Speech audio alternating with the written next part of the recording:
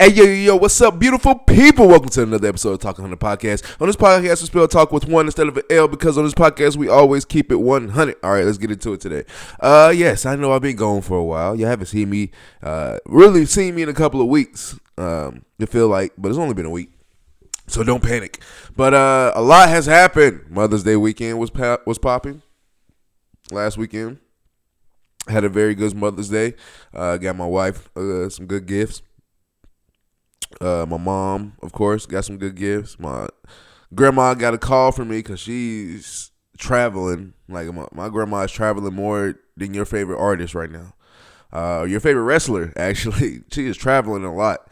So I didn't get to see her, but I did talk to her. Shout out to my grandma, shout out to my mom, shout out to my wife. Actually, I still got a gift for my wife that hasn't shown up yet, and I ordered that a week before Mother's Day. So I need that to be here today. I don't know if it's not Amazon, but I don't know if it's FedEx or the mail. Somebody, give me my package for my wife before she beat me up. Anyway, last weekend, Mother's Day weekend was nice. This past weekend was actually pretty good. Had a very productive weekend, man. Got some stuff taken care of on Friday. Did some stuff on Saturday. Took my wife out actually on yesterday. We tried out this Korean barbecue spot. It was an experience for the both of us, which that was fun, man. Shout out to my wife, man. It was a fun experience that we both experienced together. Korean barbecue spot. They bring out, you got two different menus, and the menus, you got a $30 menu, which is you pick from whatever. And you got a $50 menu where you can pick whatever meats you want or from the menu itself, the appetizer, whatever you want is unlimited. And so we did the big experience, the $50 one. And then doing that, we got to pick whatever meats we want. I got me like a taco sampler they had. She had got some pastor too, but she got some shrimps. She got some Wagyu beef. Also got I got some short rib meat, and then it was some other stuff we got too. First of all, the shrimp. I don't eat seafood, and so I don't like shrimp and shit. But of course, she does, and I don't mind. I'm not allergic. I just don't like it. And so like, still, to promote it, the shrimp was big as hell, and I'm talking about big ass shrimp. And the shrimp still had everything. We had to cut the heads off, devein it, and everything. Like, you know what I'm saying? So like, and she was kind of freaked out because she don't really like the heads of the shrimp. She always get the shrimp that's already deveined and got the head and all that. But this had it was still a whole shrimp, so she had to cut the head, peel the shrimp, devein the shrimp, then we cook it. When I tell you that was some high quality meats, and we had to cook it ourselves. That was the best experience part of that. Like, we got there, and then they light the shit on fire in the middle of the table and all this. And I thought, in my head, it's like one of those restaurants where they cook in front of you, right? But then I was like, kind of looking at like, wow, if they're going to cook in front of us, why would they put it on our table, right? Then they brought it out, and the lady was explaining it.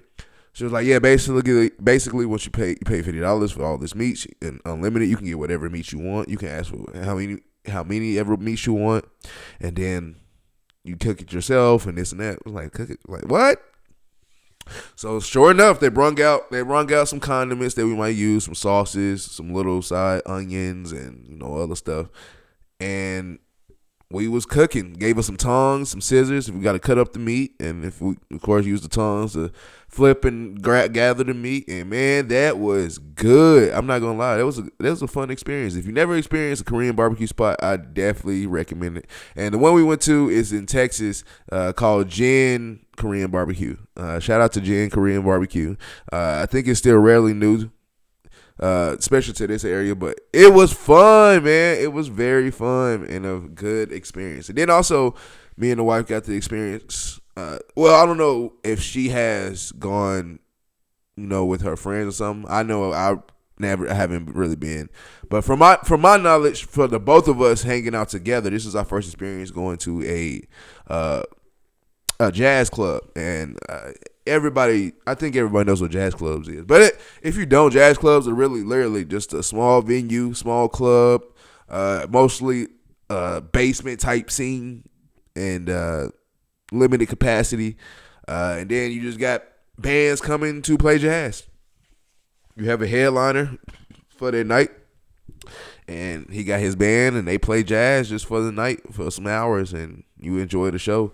And we didn't stay that long, but we stayed for the first set, and that was good. What's crazy story is, we got there, and when we got to the club, you got to walk down. It's called Elephant Room. Shout out to the Elephant Room in Austin, Texas. It's very unique. It's very, I don't want to say grimy, but it's very it's very authentic, and I love it a lot. And so, shout out to the Elephant Room. But so we went down there, and so when you go to the building, you got to go down these stairs and go to the Elephant Room, and then you got somebody checking IDs and shit, right? So we go in there, and we go down. And then a dude looks at us, and he was talking to his other dude.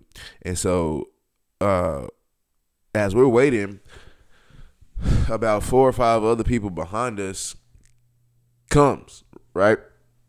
And they come right behind us trying to get in with us. And so the dude looks at us, me and my wife, and he's like, hey, y'all mind sharing a table? We feel like with other people, and then we was like, nah, we don't care. And then literally he was like, all right, cool, come, like step to the side right quick. So we stepped to the side, and everybody behind us was like, all right, everybody, limited capacity, y'all gotta wait till somebody leaves or this and that. We was like, damn, like we got here at the right time, which is crazy. But yeah, it was a good experience, man. Oh man, I meant to look up the guy's name who was performing at the Elephant Room. I will look that up and give him a shout out. Him and his band was amazing. The dude on the trumpet was phenomenal. Guy on the trombone, great. Dude on the ones and twos, the drums, man, he was killing it. And then he had I don't want to say a kid because I'm still a kid myself too, but he had a legit kid at 21 years old playing the piano, and he was nasty with it. And then he had the I don't want to say it's cello, but it's like either bass or cello. One of those big violin looking things. Like he had that. Even though I was in band, I still don't know the names of these, but he had that, and it was phenomenal. It was banging. I'm not gonna lie. Definitely one of the best times I had as far as the restaurant experience and the club experience. We always go to restaurants and clubs, but that was kind of a different type of vibe for both. And we had fun. I had fun. She had fun. It was a great night. I suggest that you go I know it's easy to just go to the places that you already know and then just do what you need to do. But sometimes, especially with your significant other, probably go to places you both never been. The worst thing that can happen is you both don't like it. Other than that, it's like you just gonna want to experience something different and something new with each other, if that makes sense. But it was a good time, good workout, good everything. Speaking of workouts, also what I did over this weekend was got a chance to be a DJ at an event.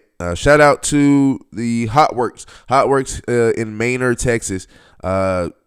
They are located beside, I think, off of 290, beside like Little Caesars and all that. If you know what I'm talking about. If you are from Maynard, or if you drive through Maynard, live in Texas, then you know what I'm talking about.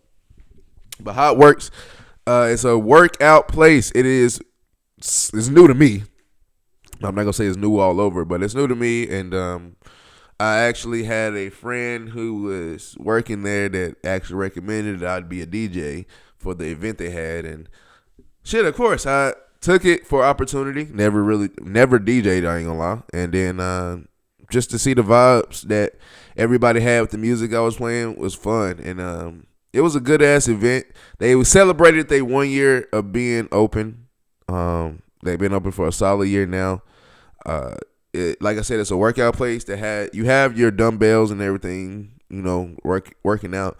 But they have I want to say between 7 to 10 individual rooms. You got Pilates, cycles, just regular dumbbells too, or just mats for yoga. But you're in a room, basically a sauna room, and you're working out. So a good solid 30-minute cycle workout in a sauna room. You're drenched in sweat, and you're sweating all of that, everything out. all the alcohol you might have drank before, maybe the alcohol from last week, you sweating that out. All the body fat you're sweating out, all of that. So shout out to Ta1k, man. I say definitely go check that out. That's one of the workout places I said for sure I'm going to check out, especially after being a DJ for it. The owners of that Ta1k is real nice. Miss Stephanie, very nice. Her and her husband was real nice to me, real cool. They was mostly inside most of the time, but they did also come outside and vibe with me. We had all good times. Definitely didn't have to pay me, but they did. Grateful for that because I just wanted the experience, and they gave me the experience, but they also gave me a little bit of cash. Y'all helped me pay for my date last night. I appreciate y'all. But yeah, shout out to Ta1k, man. Ta1k, definitely go check it out. Owner's nice. I don't know about all the other Ta1k owners, but I'm pretty sure if the ones I was working with, if they're nice, I feel like everybody else should be nice, right?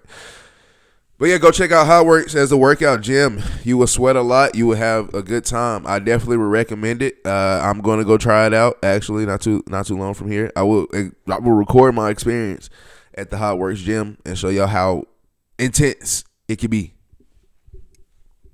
But shout out to them again. Shout out to Ta1k. Shout out to Miss Stephanie. Shout out to everybody who made the weekend special. My wife, Jen, Korean Barbecue, Elephant Room, Ta1k, like I said already. Even Domino's, ordering that new stuffed crust pizza. My kids loved it, enjoyed it. I don't even think I got one slice of that stuffed crust pizza, but it was good though. It was slapping. All right. So,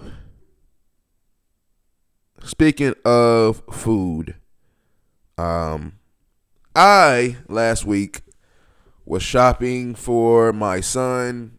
He goes to ABA therapy. Shout out to Behavior Interventions. Is it Interventions? No, Behavior Innovations. Sorry. Behavior Innovations. Shout out to y'all. That's the ABA therapy that my son goes to weekly. And so I was shopping for him for some more snacks and like chicken strips and maybe some stuff that he would need throughout the days and that he only eats, right? So I'm shopping for that for him. As I'm shopping, I walk past the frozen aisle when I'm getting the chicken strips and I see a Hot Pocket. I haven't had Hot Pockets in years. So I was like, you know what? Quick list. Now I'll give me these just for a snack. I haven't had Hot Pockets, whatever, right? Get my Hot Pockets, go on. Now, before I tell y'all what happened and what I discovered, I knew this thing was gonna happen because I was told, but I really didn't listen. I wasn't really paying attention. Now, the week before I bought these Hot Pockets, I was at a baby shower, and then at the baby shower, one of my people I knew came up to me and we was just talking about random shit, and then we talked about Hot Pockets, and then she like, you know, they don't do Hot Pockets with the sleeve no more. They just give you the Hot Pocket. I'm like, excuse me? She's like, yeah, you don't get the sleeve anymore. Like, you just get the Hot Pocket. You just put it on a plate. I was like, what? Where's the sleeve? And then she was like, yeah, they cut costs or something. I was like, I'm literally, no, there's no way, right? She's just talking. They ain't nothing. Next thing you know, next week, I go get my Hot Pockets. Get the Hot Pockets, take them home, right? I didn't eat them that day, but I waited till that weekend, and I was like, oh, I forgot I got the Hot Pockets, right? So I'll go get me the Hot Pocket, open up the Hot Pocket. Sure, no, there's no sleeve in there. Oh, like, was she telling the truth about these sleeves? Look on the box, and it says, goodbye, sleeves. Due to cutting costs, we would not provide y'all with the sleeves to the Hot Pockets anymore. I'm like, dude, everybody broke as hell right now. The world is so bad, everybody broke as hell. We can't even get the sleeves to our Hot Pockets no more. The Hot Pockets don't have sleeves. This is insanity. What the fuck have I been missing? How long? Am I late? Am I super late on this? I don't know. This shit is news to me. It's new to me. Ooh, excuse me. Hot Pockets without the sleeve anymore. That's like yin without yang. Chi Chi without Chong. Like, come on, man. My best friend is gone. Best friend is gone. Or, you know what? It ain't even just gone. It's betrayed me. My best friend betrayed me. With no sleeve for the Hot Pocket, my best friend betrayed me and is not here with me anymore. That's just some bull fucking shit. I don't like that. I'm so mad. Speaking of best friends, you know what I want to say that I think I discovered over this past weekend? Watching the movie Best Man. The first one. Watching the movie The Best Man. Just bullshit and watching that. It just came on one day, and I was just like, yeah, shit, I'll watch it. I love this movie. I'll watch it. Then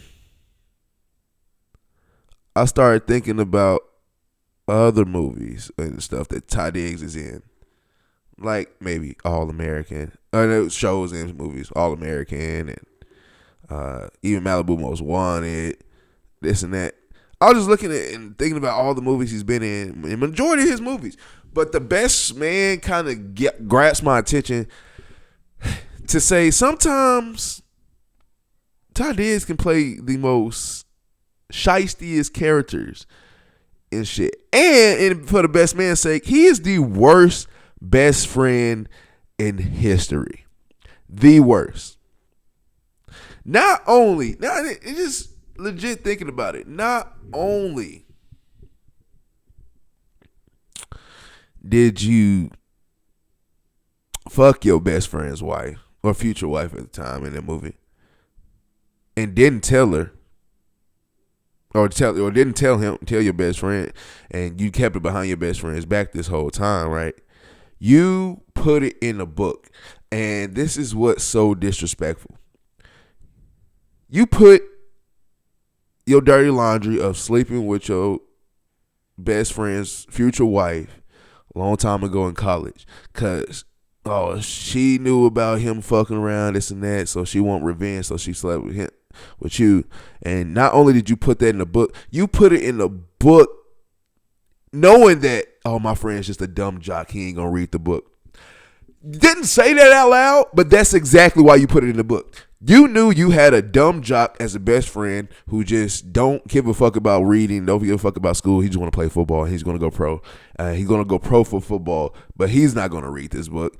Lo and behold, him reading the book appalled him. That's why he tried to take the book. And then,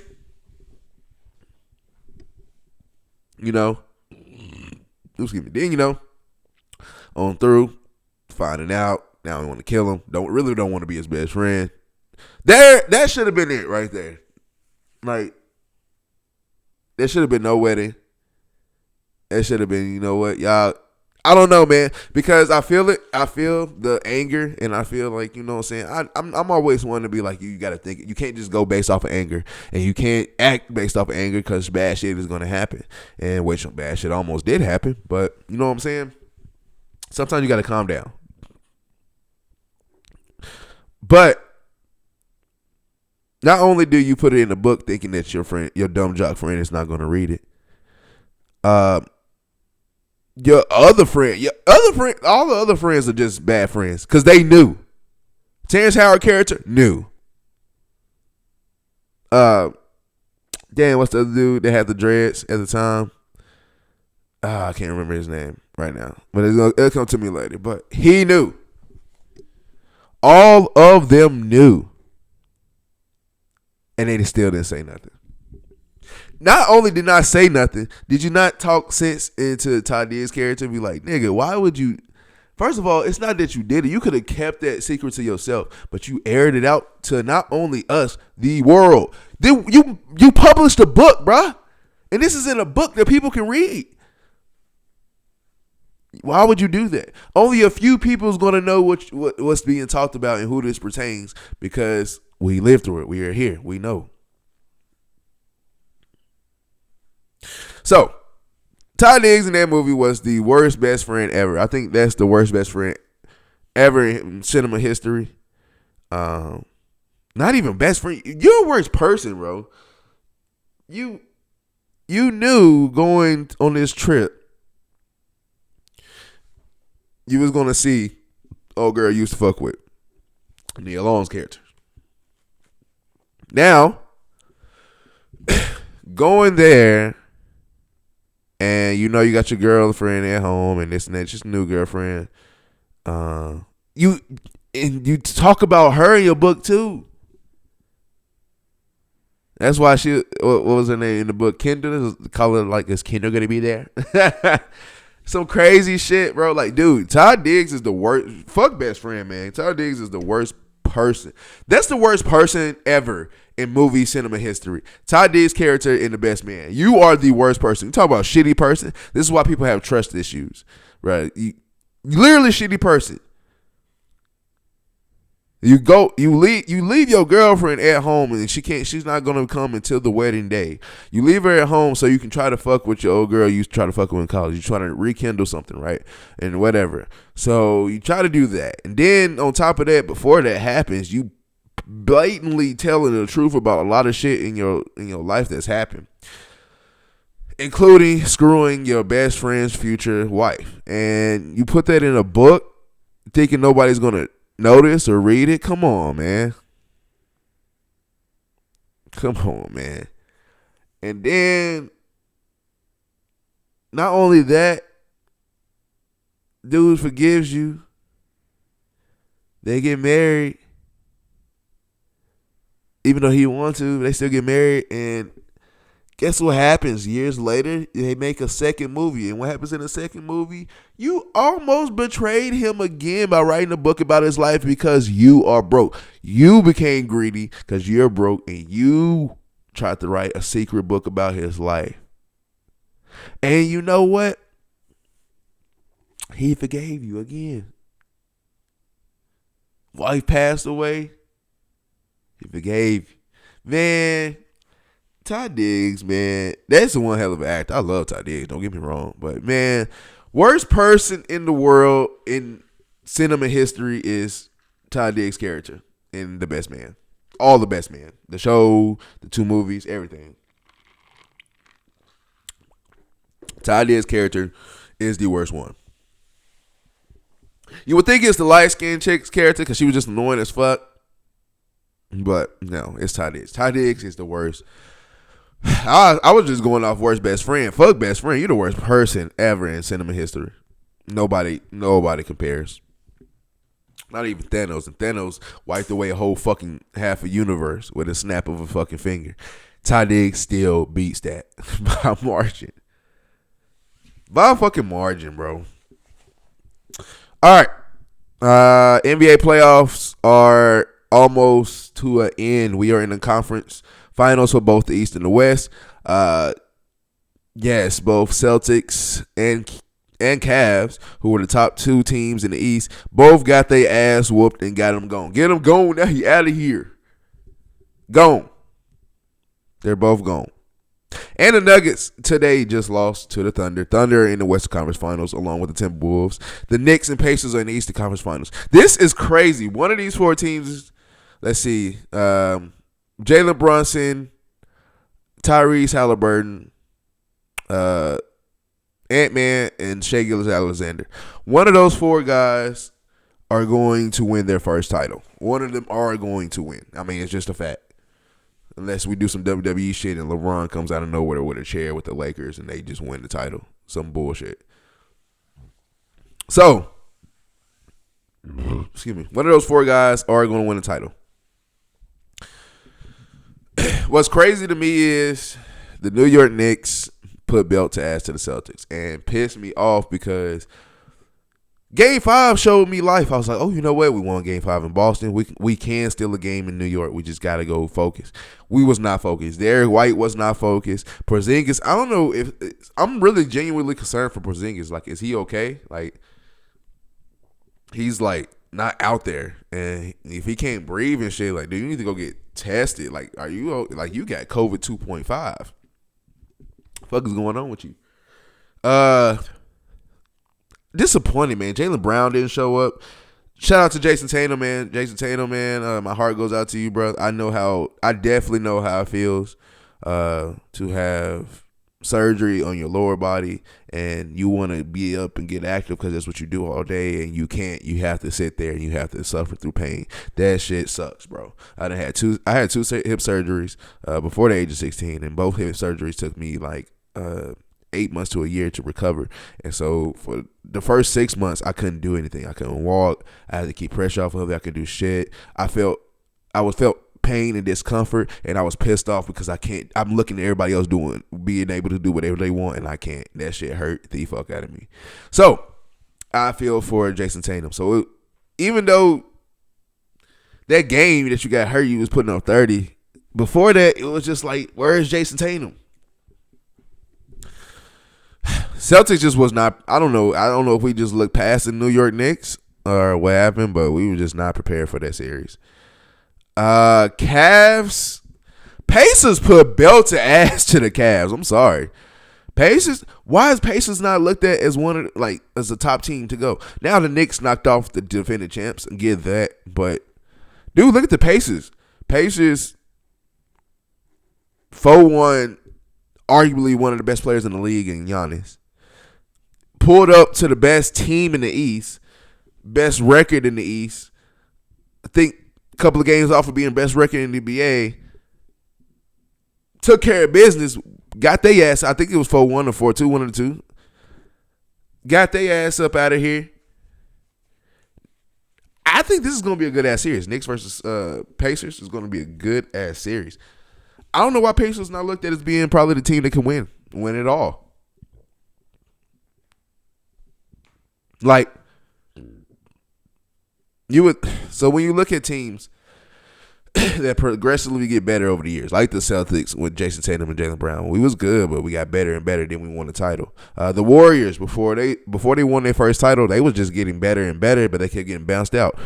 The year that the Warriors lost to the Clippers, the Blake Griffin and Chris Paul Clippers, 2013, 2014, one of those years, when they lost in 7 games, it took Clippers 7 games to beat that Warriors team. I literally said, yo, the Warriors next year are going to be a problem. And what happened? They won a championship. So I think it was 14 then that they lost that series. And I said, yo, they're going to be a problem next year. And then next year they was a problem. They won the championship. Looking at this, same way. Pacers, 2 years ago, they was being talked about, but they wasn't really being talked about. Then they go on and have a nice little playoff run. I think first or second round exit. Then last year had a good playoff run. Eastern Conference Finals, just ran into the Celtics, who at the time last year Celtics was just the better team. And even though we swept the Pacers last year, each game was close. Like, it was not an easy sweep. So took that, and then now this year, looking at it, dude, they just getting progressively better. They're back in the Eastern Conference Finals. They've been here before. They're not going to get swept. They are going to put some pressure on the Knicks. I think Pacers has a chance of going to the finals. I believe in Tyrese Halliburton. I believe in Jalen Brunson too. But I think people overlook the Pacers because they are the Pacers. Who the fuck gives a fuck about the Pacers? So I think they're overlooked, and underrated for Tyrese Halliburton to be the most underrated player in the league is diabolical. Y'all say he's the most overrated player. Is diabolical. Tyrese was never overrated. Nobody talks about Tyrese Halliburton for him to be overrated. Nobody. If anybody, bro, at least Tyrese Halliburton last year got to the Eastern Conference Finals. Or at least the conference finals, period. Last year, y'all talking about Shea so hard, and he got bounced out in the second round by one man. But he's not overrated.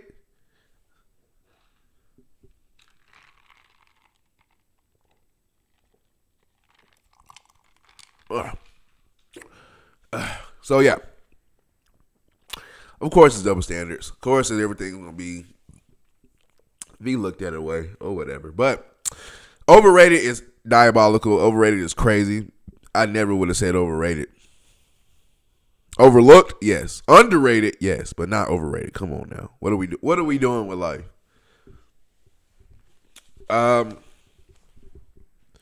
Nuggets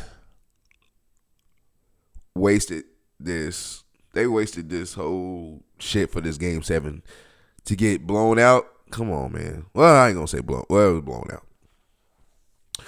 I'm sorry. I said it on my Burgess and Son podcast. Shout out to Burgess and Son. I said it on that podcast. Michael Porter Jr., get him the fuck up out of here. Now, I give people a hard time. My friend Miles, I give him a hard time because, he's a Nuggets fan. I just always like to talk shit.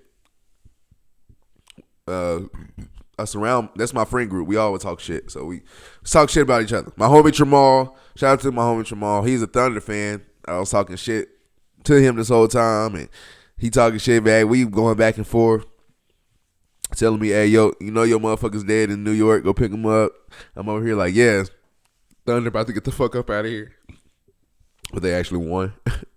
So now I'm on his ass about y'all better beat the Timberwolves. You like, man, you out. Why are you talking? Hey, because I can. I got a mouth. I can talk. Anyway. Yeah, man. I always give people a hard time. In my homie Miles, I tell him all the time, give him a hard time. But one thing that I do, I give credit. But at the same time, I'm going to call shit like I see it. This is why my podcast is Talking 100, Keep It 100. For years, I've always said a Westbrook curse.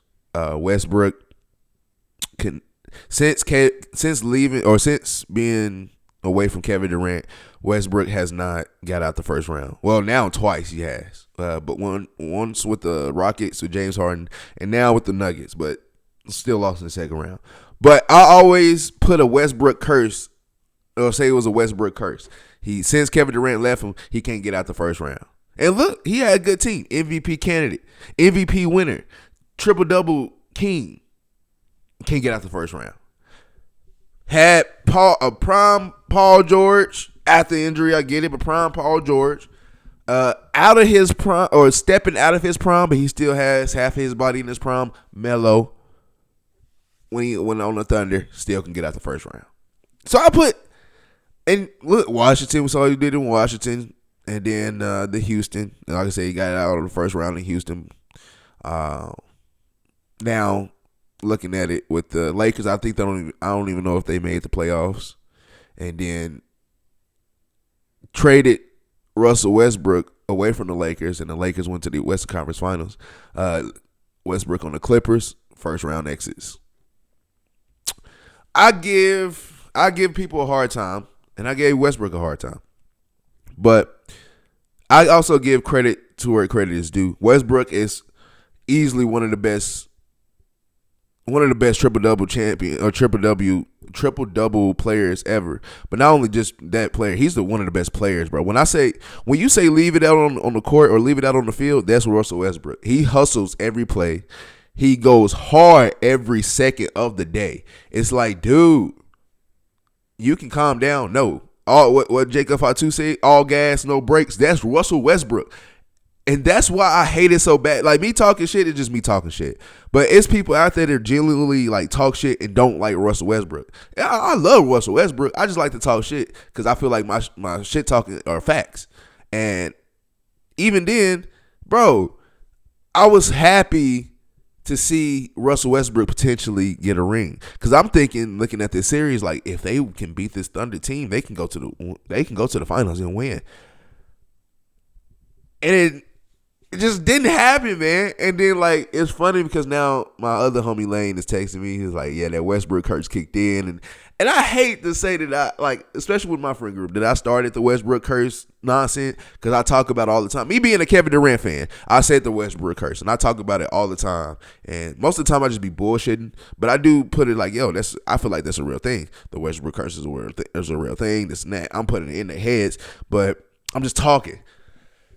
Man, everybody's hitting me up about this. Look, the Westbrook curse hits again, and this and that. I'm just like, fuck, I shouldn't have said that. But still, at the same time, it is what it is. And I feel so bad because, dude, Russell Westbrook is special, and is a special player. He deserves a ring. That's one player that deserves a ring. But sometimes, I feel like in the beginning of his career, he just got too caught up in that being that he's the man, and you don't really need nobody. And so took that to heart, and like I feel like that's what broke up Kevin Durant and Russell Westbrook, because Kevin Durant was the guy. I don't know why certain times that you didn't give him the ball. But still, fast forward, I was kind of hurt that Russell Westbrook did not get that chance to go get a ring. He deserves it. Maybe next year. I feel like they just now started building the chemistry with it, even though he's been on the team all year. I think just now, because you don't think about it, the playoffs changes everything. When the playoffs start, all that regular season shit don't matter. I mean, look at the Cavs, look at the Celtics. Two best teams in the East knocked off. Like, so regular season don't matter. It's all about the postseason. So I think when you go into the postseason, I think they started to figure out. I think we know now that Aaron Gordon is the second best player on the team. Jamal Murray, of course, is a star, but Jamal Murray, it can be inconsistent versus Aaron Gordon is consistently doing his job and doing the dirty work and not asking to be praised. He just looking there, just doing his job. We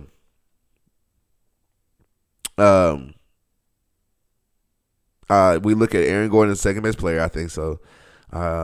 Westbrook came in and gave you good bench minutes. You can keep him on the bench. Michael Porter Jr. has to go, man. If I'm the Nuggets, I'm looking at possibly somebody I can bring back, like a KCP.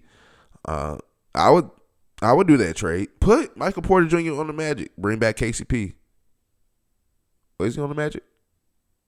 Either the Magic Pistons. I think he's on the Magic. Yeah. Send Michael Porter Jr. to the Magic. He got a ring. He got championship experience. I think Michael Porter Jr. and Paolo Banchero will be great together. Now, there is some big contracts that you got to fill, especially with Franz Wagner too, getting paid and all that. But they can figure it out. You're Orlando. So I say look at that. Run it back. Nuggets, please run it back, man. Run it back. Bucks, run it back. I'm getting sick and tired of everybody talking about Giannis need to leave. Giannis need to leave. Giannis is going to want to leave. Giannis is going to leave and all that. I'm getting sick and tired of hearing that because y'all are the same people that saying Giannis need to leave or screaming, oh, there's no loyalty. Y'all the reason that there's no loyalty. You sit here and say LeBron has no loyalty because he keeps switching team. Kevin Durant is a snake and he has no loyalty and this and that. But y'all are the same people that saying that, or the same people that saying Giannis need to leave the Bucks because they're not benefiting him. Dude, it's new players that come to the league. It's other players out there. Go get those other players to come play with you and go win another championship. It can be done. Leaving ain't gonna do nothing. It's not gonna do anything. You're just leaving. So you people out there that are literally saying Giannis need to leave the Bucks because he needs to go chase a ring. Dude, the dude is, if he's 30, he's just now cracked 30. Just now cracked 30. He's still in his prime and he's still young. Just get you better players. Like Bobby Portis is still good. Brook Lopez, it's time to replace him. Dame, I love Dame, but I don't think Dame and Giannis just wasn't going to work, honestly. Dame needs to be with somebody. Like, put Dame on the Lakers, I feel like that would have been better for the Lakers' sake. Or put Dame on if Dame was on the Suns, I feel like they would have had a better record. Instead of Bradley Beal, if Dame, KD, and Devin Booker was together on the Suns, that would have been nasty. That would have been a better team, in my opinion. Put Dame on the Spurs. If you had Dame, De'Aaron Fox, and Victor Wembanyama, that would have been nasty. Chris Paul need to go to the Lakers. Chris Paul need to go somewhere where I just know he can run a ring. You need a ring, brother. Go get a ring. But to all you people that screaming that Giannis need to go somewhere else, because especially as his age and a superstar, y'all the reason why the word loyalty doesn't exist anymore with sports. Y'all are the reason. Y'all sit here and say, oh, well, this person needs to leave because this team is failing him. No, it's like that person is one of the best players. He just needs to either play better or go to the front office and say, yo, I need better players. I'm no knock on my guys, but I just need some better players. Go get them. Saying that he needs to leave is diabolical. And this is why we are where we are when it comes to loyalty with these players. NFL draft is still talked about as far as with the Shedeur Sanders take. Also, a lot of people are starting to talk about Cam Ward, how he's not getting a lot of attention. Cam Ward did not get a lot of attention throughout the draft because we was worried about Shedeur and all the other players and going in. And then on top of that, Cam Ward doesn't get any primetime games as a number 1 overall pick.